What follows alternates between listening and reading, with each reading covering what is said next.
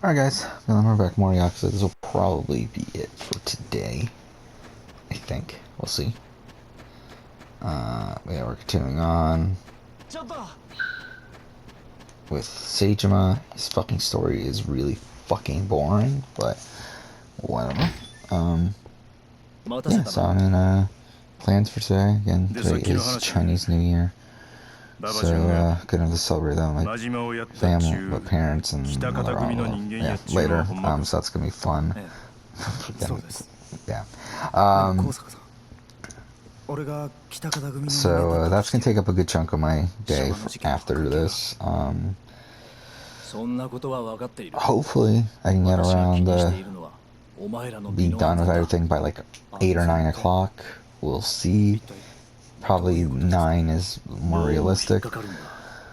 And then at that point I'll probably just work on Big Brother. Again, we're not gonna really focus on Yakuza. Probably until Monday, so it's like I'll probably spend most of the night, like I'll probably stay up pretty late watching Big Brother. I think I have to go to work pretty early tomorrow, so I probably shouldn't stay up too late either way. But yeah, we'll see. But I would like to, like, I'm on episode what, 18? I would say I would like to get to episode like 20, 21 or so. Maybe 22. Like, essentially by the end of this weekend I would like to get to a point where I could finish it on Monday. I just feel like the episodes is like doable.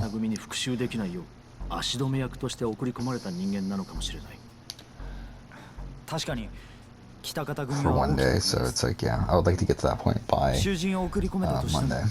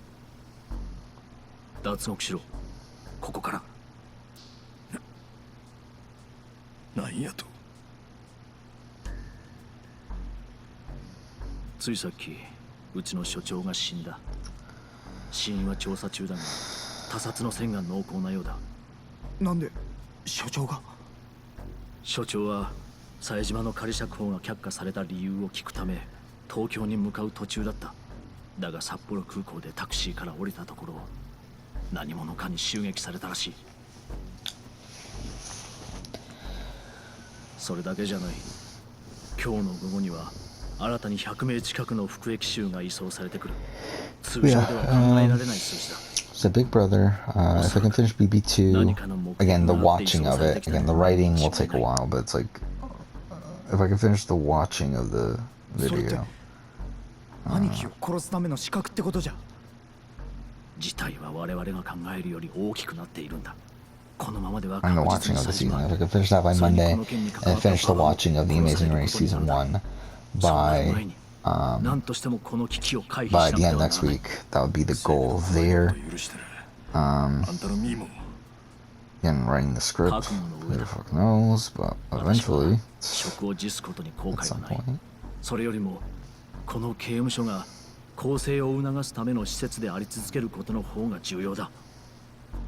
こうさか。冴島さん、それに馬場さん、もうあなた方は囚人ではありません。あなたたちは十分に罪を償った。これ以上私がここであなたたちに更生を促す必要はない。ここから出て本当の敵、所長を葬った真の敵を見つけてください。深夜同房の囚人が眠ったのを確認したら房を出てください。刑務官に命じて鍵は開けさせておきます。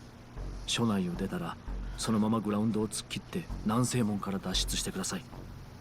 その時間なら釘原たち他の囚人たちの妨害にも合わないで済むでしょう。分かった。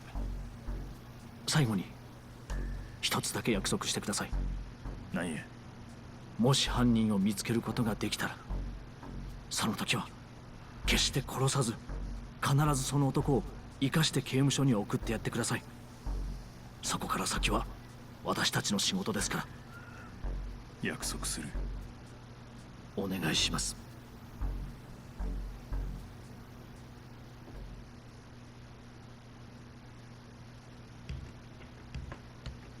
で、何だったんです？副所長の話ってのは。別に大した話じゃなかったですよ。仮釈放の申請を改めてするって話で。ね、兄貴。ああ。そっか。二人揃って仮釈放か。寂しくなるな。で、冴島さん、ここ出たらどこ行くんです？月見野に行って例の兄弟分を殺した男を探すとか。ま、そうなるやろな。それじゃあ冴島さんとはまた近々会えるかもしれませんね。なんで？だってほら、それって復讐しに行くってことでしょ。殺人罪でまたここに戻ってきちゃったりして。おい日村、縁起でもねえこと言うもんじゃねえぞ。そうですよ。冴島の兄貴がそんなことするわけないじゃないですか。でも殺された人、冴島さんの親友なんでしょ。冴島さんの性格からして黙っておけるわけないんじゃないかと思って。あれ、怒っちゃいました？別にええよ。そう思うんが普通やろからな。せやけど俺は復讐はせえへん。俺自身は兄弟を殺した北方っちゅう男に直接恨みがあるわけやないんやからな。じゃあ何のためにそいつを探すんです？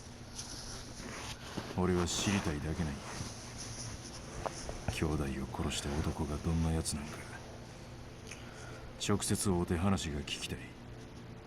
話してどうするんです？警察に突き出すとか。別に何もせえへんと思う。はあ？何ですかそれ。俺は聞きたいんや。この世で一番強いと思っとったあの兄弟がなんて言うて死んでいったんかもな。それが北方の口から聞ければそれでええ。それで兄弟を殺した相手の恨みは消えるんすか？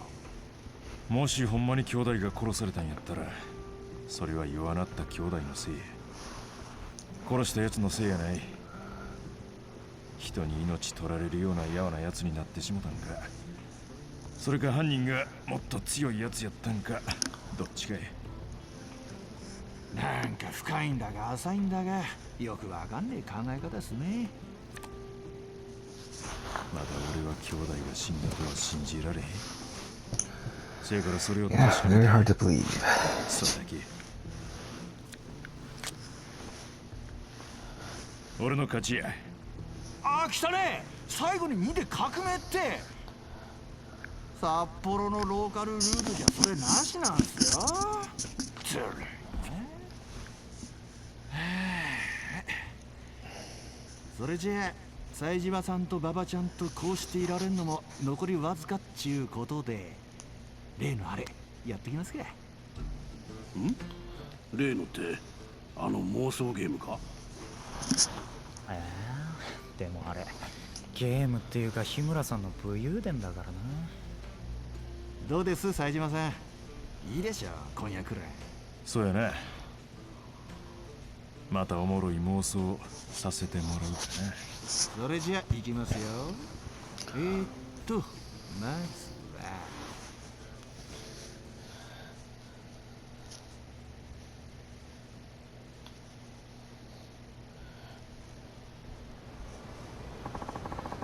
Fuck, we're doing this again. Don't care.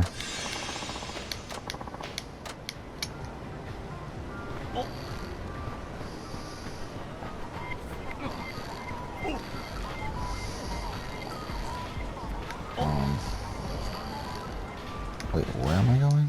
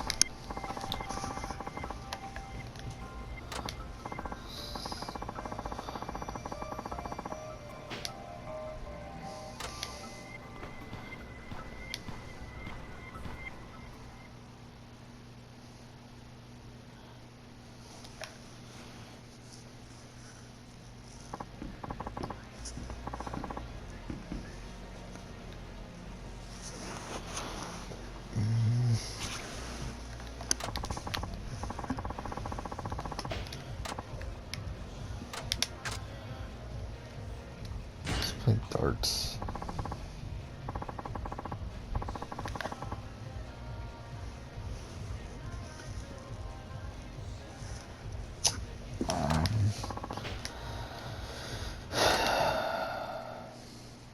Like again, like I'm so fucking bored right now. Sure, up there.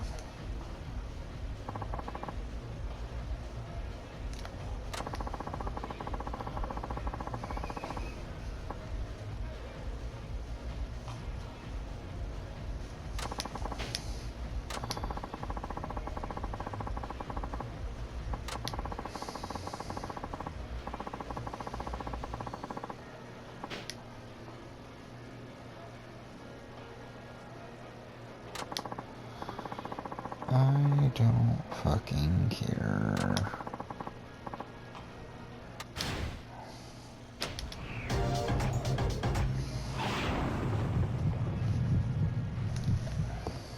Yoし、始めようか。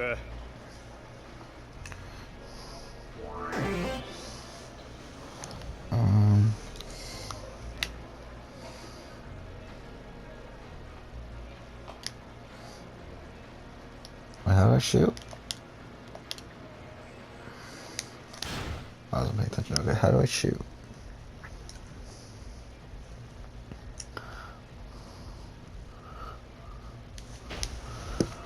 Wait, what?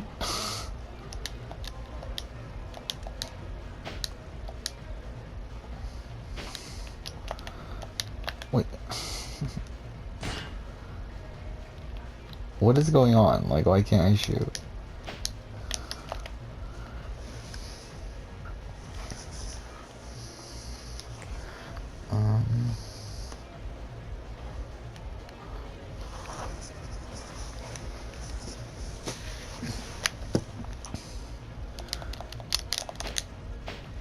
Wait, why? How do I do this? Yeah, I know that. Yeah, I know how to play fucking... Okay.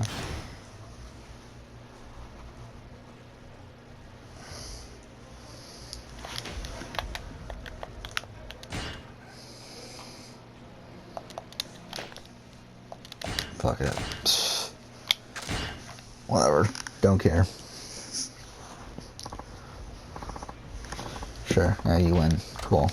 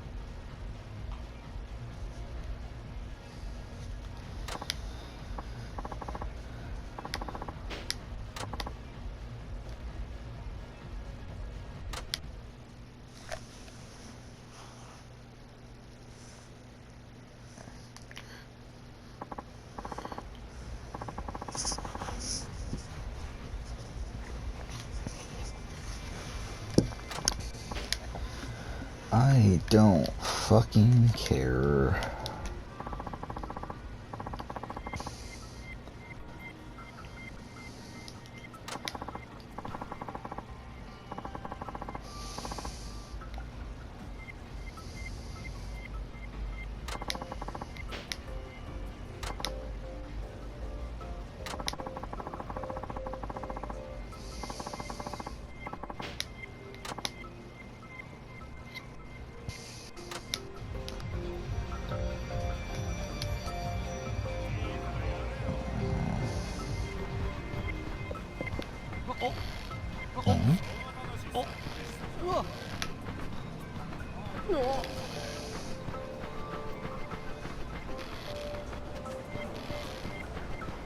Yeah, this is just bizarre.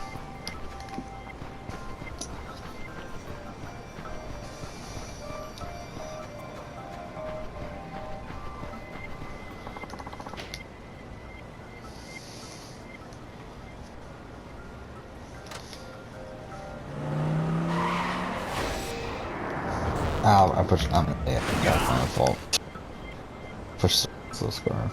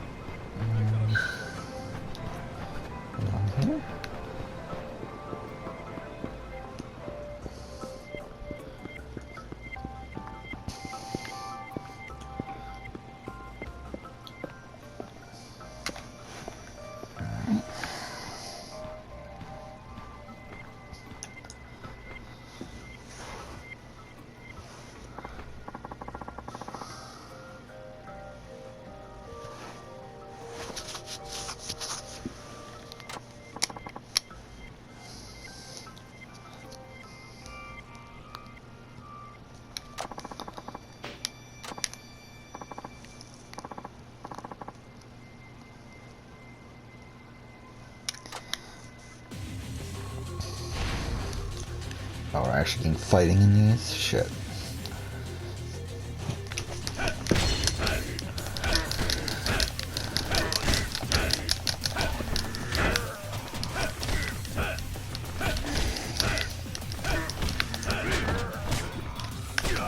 Okay.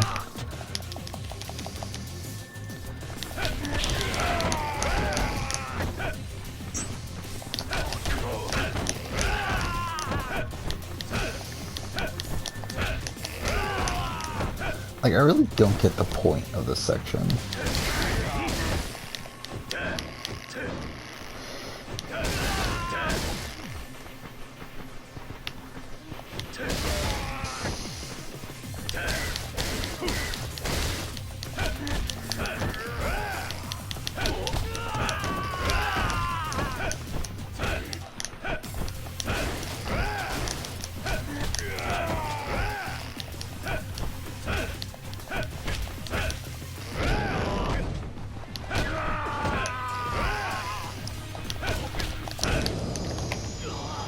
Alright.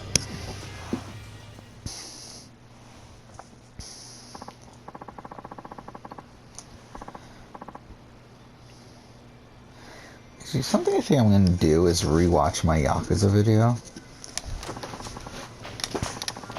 Or at least like the beginning of my Yakuza video. I kind of would like re-listen to what I said about Yakuza 0. And to be honest, we could do that now actually if I really wanted to.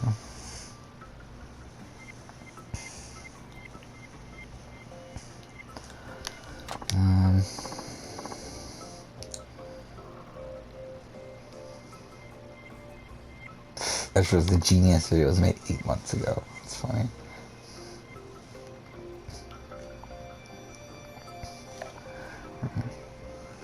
In this video I'll be starting a bit of a new series here, and for a while I've been wanting to play the Yakuza series, and here we're doing a series of videos similar to what I did with the Kingdom Hearts series, where I talk about my experience playing through the series from the very beginning.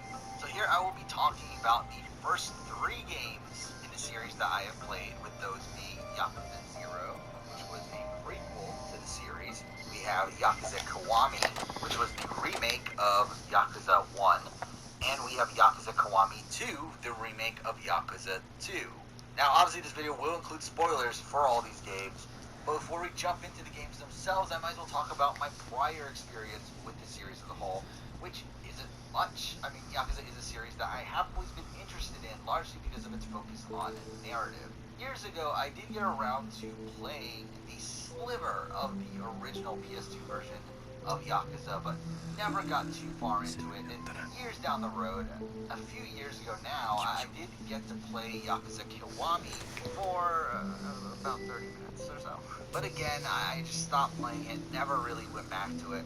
But it was really more recently where I decided to give this series a legitimate shot, and that's when I finished playing through the Shenmue series. And with Yakuza obviously being a very similar game in terms of gameplay style, and also with This was one of those videos I recorded when available on the PS4 now. Yeah, I thought this was the right time to jump into it, like when, so I did it. Now I did debate over whether to not in my start current with setup. Yakuza 0 You can or tell it looks like the Kiwami, audio's like kind of as I fucked a have bit. heard that 0 was a great starting point and one of the best in the series. While Kiwami was obviously the remake of the original game, but also heard it just wasn't that great of a remake. So I did end up deciding to start with Yakuza 0, which is the game that we're going to start talking about right now. And really we should just start by talking about the gameplay, and really this will cover most of the games in the series. And from what I understand, the entire Kiryu saga here, so Yakuza 0 through 6, all play pretty much the same. I mean, they're all third-person action-adventure games that have a relatively small open world where you can do some wacky side quests, you can play some mini-games, you can play some arcade games, but really most of the games, from a gameplay perspective, just kind of blend together. I will say I do find it kind of funny how, through my experience of the series so far, they reuse so many locations. Like, namely, the area of Kamurocho is like the same primary location in all 3 games that I've played so far. It really largely remains unchanged throughout these games as well. Like, the layout is exactly the same, the buildings are all exactly the same. Obviously, graphically, they vary depending on what engine is being used, but I mean, it's pretty much the same location. A minor complaint that I did have with the open world here, though, was the inclusion of these rival gang members that will chase you, and if they catch up to you, you obviously have to fight them. And obviously, it's very similar to just standard random encounters from RPGs, and I just found it really annoying. I really just didn't feel like dealing with these really incidents in fights, and because of that, for me, I was more incentivized to use fast travel within the game so I could just avoid them. So in Yakuza 0, Wow, I was your fighting really mechanics lazy do on matter a lot this, was I? more, Holy as the shit. progression system I in this game really requires you to leave use really actual long money shots in this to one. buy skills instead of your typical skill points. And you do obviously get money through defeating these gang members, so that did become a more important element of the game. Now let's talk about the combat system, which is your But again, this video is not out typical yet, and it won't be out for a few more months, because originally it was supposed to be out, actually I think it was around now, but then it switched to March, and now it's like all the way delayed to like August or something. Kiryu had your more standard styles that you would expect, but Majima had some really ridiculous ones, like Slugger style being focused around using a baseball bat, and Breaker style being focused around breakdancing. But I will say that by the end of the game, I did find the combat as a whole to just be really annoying. It just got really, really repetitive, especially in the endgame stretches of the game, where you just go from fight to cutscene to fight to cutscene to fight to cutscene. Like, it just really got repetitive for me, and it got really, really draining. In terms of side content in this game, again, side quests really wacky, really weird. Some of them are fun, but some of them are also just really pointless. And because of that, I rarely went out of my way to do them, but if I were to accidentally stumble upon one, I would just go ahead and do it. There are also side businesses in this game that the main protagonists run, and I hated these. I mean, they were just really dumb mini games. I really hated being forced to do them, as the game wouldn't force you to do it one time, obviously, before you can move on, and I just really didn't find them fun at all. But now let's talk about the game's narrative, which, as I said, Yakuza 0 is a prequel to the entire series, taking place in 1988, 17 years before the main events of the first game. And the story here, I will admit, took me a while to get into, and I was pretty surprised by this because, again, I hear from so many people that Yakuza 0 is one of the strongest narratives in the series, and while I did find it to easily be the most complex of the 3 games I've played so far, I felt like the story here really dragged. I mean, there were so many points where you would just get like an hour block of cutscenes with like maybe a couple fight sequences like here and there, but it's like just mostly just story exposition based cutscenes, and it was just so slow to me. And I just found it such a boring way to be telling the story here, especially because, as I said, like, this is the repetitive structure that this game does over and over and over again. And again, that's pretty much a complaint of the entire Yakuza series. This game does focus around 2 characters, with Kiryu, who's the main protagonist of the entire series. Again, like, I think the thing with Yakuza 0, and this is what I was saying, is that I feel like my complaints with Yakuza 0 are essentially the complaints I have with the series as a whole. I think because it was like my first experience with those complaints, it made it feel worse than what it actually is. Like, I feel like so far, Yakuza 5 here is so much worse than Yakuza 0 for me. And then Yakuza 3, same thing. 4, again, I think there's a debate with 4.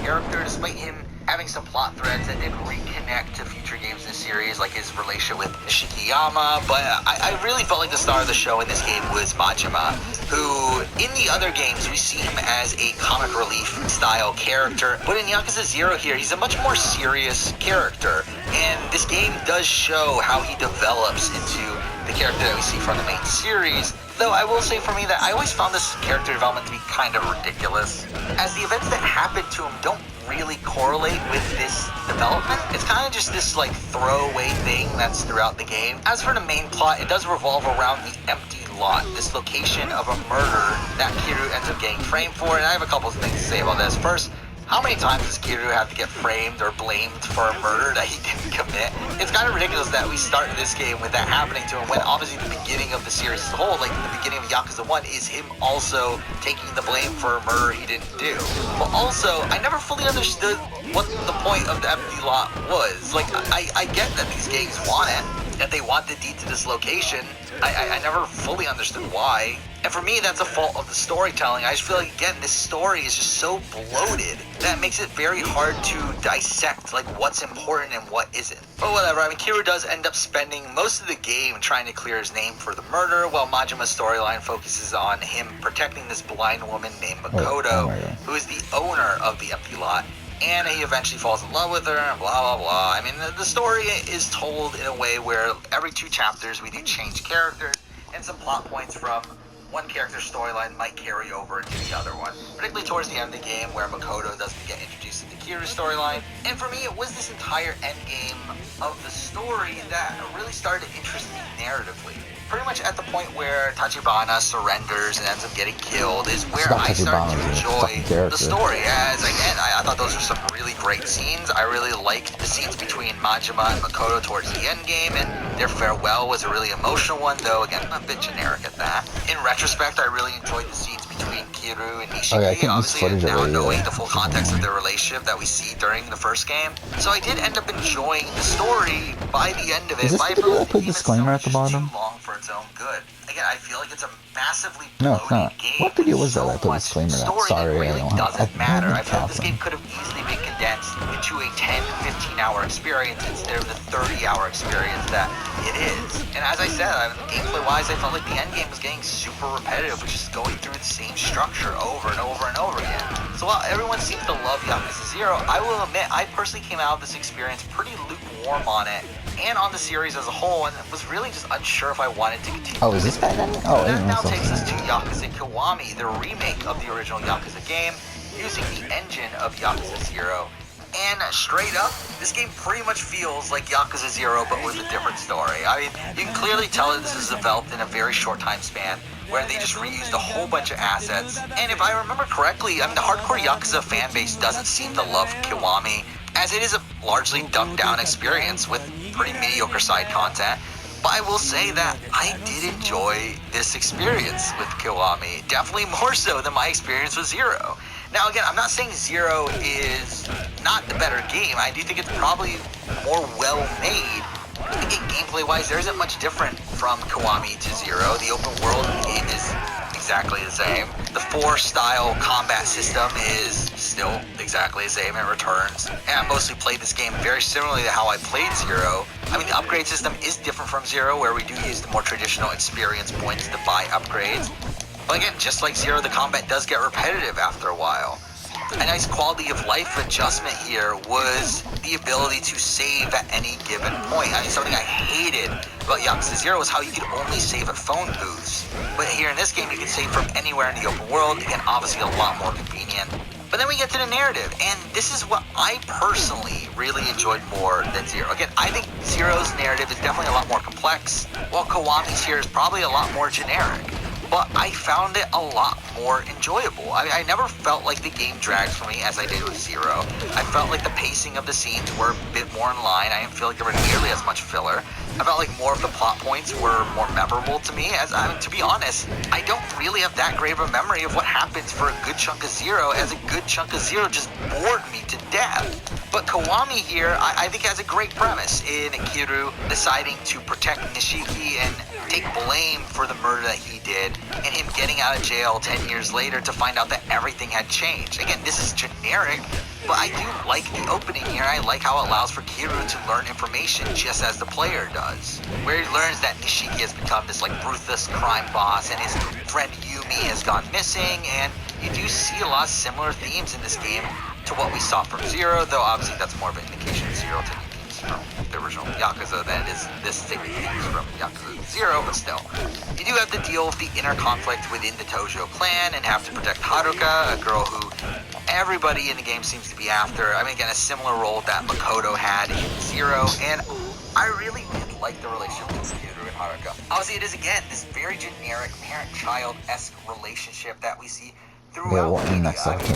So many games at this point use this formula. I mean, The Last of Us, God of War, The Witcher, The Walking Dead. I mean, all of these games have these parent-child relationships, though I do actually find it interesting that Yakuza was the first one of these mentioned that did it in video game form. Though obviously Yakuza as a whole isn't as focused on this relationship as those other games. It's been 5 months since I did the Life is Strange video. Rely on those relationships, while that Kiru and Haruka's relationship kind of feels more like a side piece to the story.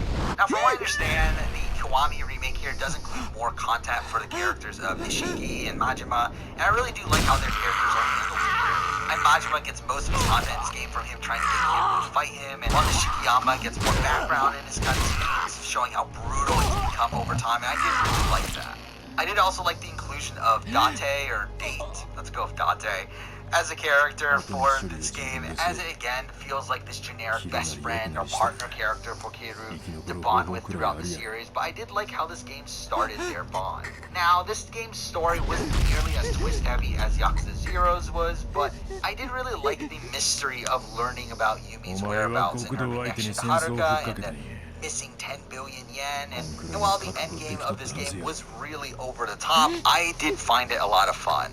We do have Kiryu facing off against Jingu, who really just comes off as really like ridiculously maniacal villain at the end. I like how we had the true final showdown between Kiryu and Nishikiyama, and that was really great. I did really love how the story concluded, where Kiryu was able to put the Yakuza life behind him and adopt Haruka, which felt like a perfect ending to this story. And to be honest, I would have been perfectly fine if this was the only game in the series. If this had been the only story that this series got to tell, I would have been very satisfied. I do think this one entry just feels like an individual story. It doesn't need any additional context or continuation. It really just makes Zero, to me, personally, feel even more pointless, as I don't feel like Zero is a necessary inclusion to the series. It just feels like something that they did just to make a prequel. And again, I feel like you can easily make the argument that all the sequels were unnecessary as well, though obviously we did get a number of them, and we're going to be talking about the next one right now. And with that, let's talk about Kiwami 2, which was a remake of Yakuza 2, and this will be the final game I talk about for this video, but it uses the engine used for Yakuza 6, and right off the bat, I did the graphics feel like are so much better, aren't was they? a massive improvement upon the previous game. Probably one of the bigger changes in this game gameplay-wise is the combat system, which I really like the four-style combat system that was in Yakuza 0 and Kiwami. In this game, they minimized it back to one style. While that one style is definitely more complex than any of the individual styles from Yakuza 0 or Kiwami, I did feel like this was a bit of a downgrade. I did kind of like the new progression system in this game, where there are 5 different types of tokens that you could get, and each one of them applied to a different type of upgrade, and you really had to manage how you were using each of these tokens for certain upgrades. I did like it as a whole, though again, it's not that major of a change. But now for the narrative, and with it, let's talk about probably one of my biggest complaints about Kiwami 2, and that is the amount of filler within the main story. I mean, for me, there are just so many points where the game forces you to do activities that really just feel like side content. Or really, like, there's points where the game sends you on this, like, wild goose chase around the city for, like, no real reason. I really don't love the pacing of this game, especially in comparison to the first Kiwami, which I felt like was a very well-told, streamlined narrative. As a general story, I do think this is a satisfying continuation of the first game. While again, I don't think it was necessary, I don't think this needed to exist, I do think it does a pretty good job at furthering the story of Kiryu, with him being forced out of retirement after the assassination of the chairman Terada, and having to ラバちゃんたちこそ気をつけて、ここから出られたとしても外の方がよっぽど危ないんだからね。この季節は2メートル近い人食い熊も出るって言うしさ。またそんな、こんな時まで話持って本当なんだって。まあいいや、早く行って。鬼切る。ええ、俺が出所したら飯でもおごってください。任せとき。めっちゃうまいホルモン焼き死ぬほど食わせたるわ。なんだカルビとかならいいんですけど。ほら。ア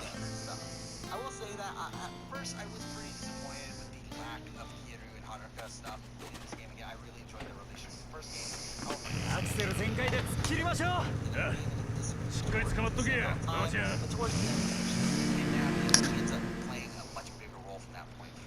So I'm saying that's the end of the chapter, or not? Oh, okay. I do think they still have their moments. I do feel like plot-wise, this is definitely more of a plot twisting narrative than the first game, where, and we might as well talk about the final chapter right now. It's the most ridiculous ending to a game I have ever seen, where we just get twist after twist after twist. It's like, I just found like everything that happens from the final chapter on is just so ridiculous. For the first twist to come up, Nora and Sayama turn out to be half siblings, which felt really forced to me. I did pick up on the foreshadowing earlier on, where both of them talked about how they never see their real parents, so again, I'm not surprised that they end up being related to some degree. But I did find it really forced how, like, towards the end of the game, they're really trying to make us feel like they actually care for each other when it's like. So for me, that's really the worst at all. The first fight of the game, I was like, this is gotta be the end, right? I mean, like, this is the final fight of the game. I mean, like, they're on the cover. I mean, it just makes all the sense in the world for this to be the final fight of the game. But we get a plot. Guess what? Terrorist is still alive. You know that guy that not get shot and killed in the game? It's funny, like how things are like despawning.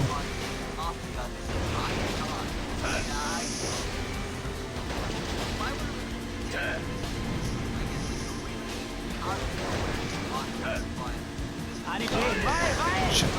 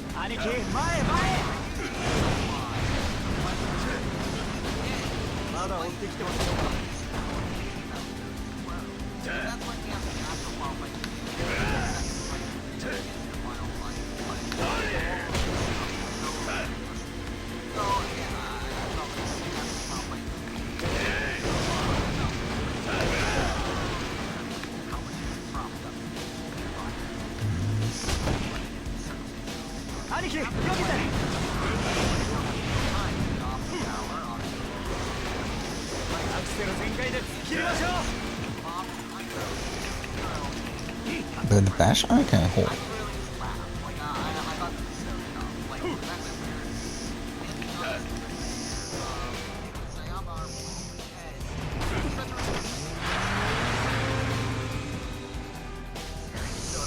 Obviously, he survives. Obviously, there was Yakuza 3 where he is the main character.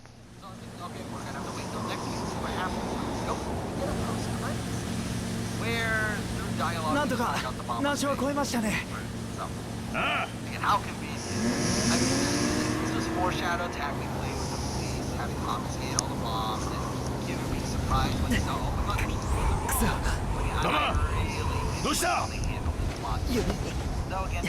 Oh no, everyone's favorite character.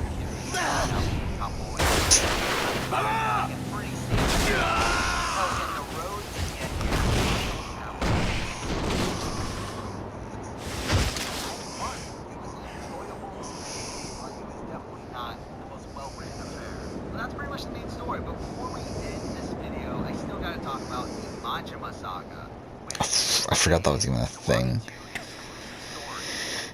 There's something else I want to see here is Life is Strange.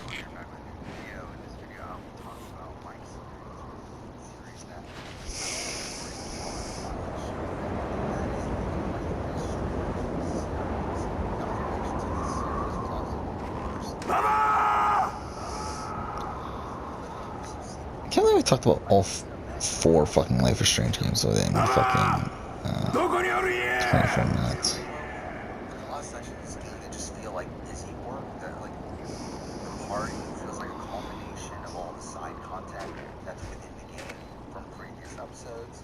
The ending of the episode is a fantastic cliffhanger, one of the best cliffhangers possibly ever, which I haven't had the chance to talk about on this channel. Yeah, let's listen to me talk about Before a Storm. Well, it's certainly better than the game we're about to talk about. Now let's talk about Before the Storm, which I haven't had the chance to talk about on this channel yet, and I will say, I don't get how there are people out there who actually Before the Storm. To me, Before the Storm is a travesty of a story. Not even just individually as a single story, but more so as a prequel to the original Life is Strange. I mean, everything about this is such a blatant retcon. It really just makes no sense in conjunction with the first game. It's as if the developers and writers of this game knew the concept of Life is Strange story without ever having actually played Oh fuck, this is loud. themselves, so they miss out on so many details.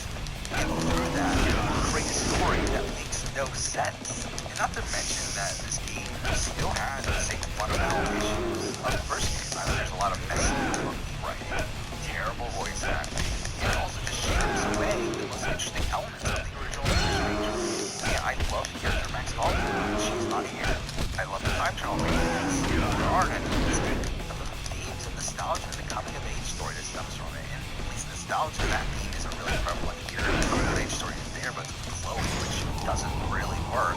Yeah, I love the investigation over the disappearance of Rachel Amber and the mystery that stemmed from it. That's not here either, obviously.